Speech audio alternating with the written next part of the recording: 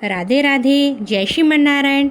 आप पे और आपके समस्त परिवार पे प्रभु श्री हरि विष्णु जी की कृपा सदैव बनी रहे। सबसे पहले आप सभी को इंदिरा एकादशी की हार्दिक शुभकामनाएं।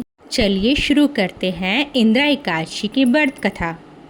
एक समय की बात है, धर्मराज युधिष्ठिर भगवान जी से कहने लगे, हे प्रभु, आश्विन मास की कृष्ण पक्ष की एकादशी का क्या नाम है? इसकी विधि और फल क्या है? तो कृपया करके कहिए।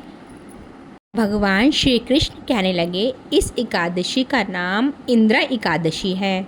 यह एकादशी पापों को नष्ट करने वाली तथा पितरों को अधोगति से मुक्त करने वाली होती है। प्रभु बोले, हे राजन, ध्यान पूर्वक आप इस कथा को सुने। मैं आपको सुनाता हूँ।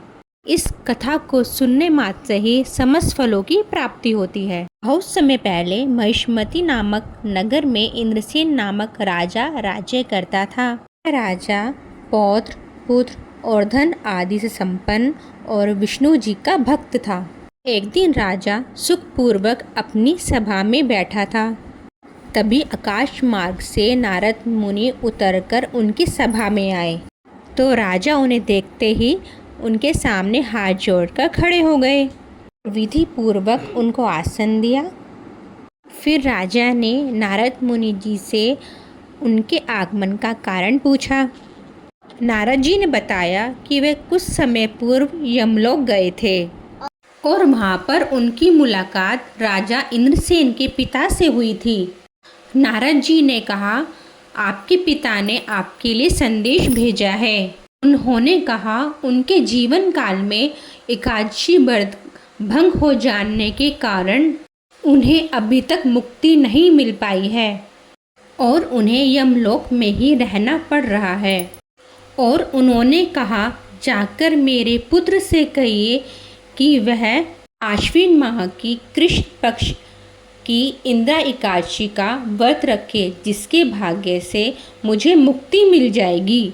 नारद मुनि की बात सुनकर राजा इंद्रसेन ने व्रत करने का विधान पूछा और व्रत करने का संकल्प लिया।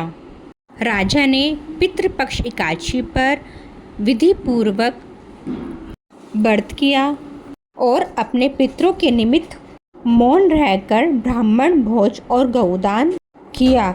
इस प्रकार राजा इंद्रसेन के पूजा और व्रत के भाग्य से उनके पिता को यमलोक से मुक्ति मिली और उन्हें वैकुंठ लोक की प्राप्ति हुई। उस दिन से ही इस व्रत का नाम इंदिरा एकादशी पड़ गया और इंदिरा एकादशी के व्रत करने के कारण राजा इंद्रसेन को भी अपनी मृत्यु के बाद स्वर्गलोक की प्राप्ति हुई थी।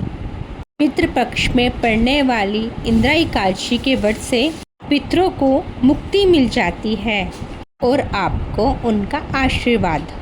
इंदिरा एकादशी के दिन सुबह ब्रह्म मुहूर्त में उठना चाहिए और स्नान आदि से निर्वृत्त होकर सूर्य देव को अर्घ्य जरूर दें और फिर उसके बाद भगवान श्री हरि विष्णु जी का ध्यान अर्चना करें और व्रत का संकल्प लें। पूजा करने के बाद पितरों का श्राद्ध करें। ब्राह्मणों को भोजन कराकर अपनी क्षमता के अनुसार दान दें। ऐसा करने से आपके पितरों को मुक्ति मिलती है और आपको उनका आशीर्वाद। आज की कथा आपको अच्छी लगी है तो वीडियो को लाइक ज़रूर करें और फ्रेंड्स फैमिली के साथ शेयर भी करें और चैनल को सब्सक्राइब भी करें और बेल आइकन को प्रेस ज़रूर करें। इससे आपको आने वाली वीडियो समय पर मिलेगी। मिलती हूँ मैं आपसे अगली वीडियो में। तब तक के लिए जय श्री राधे।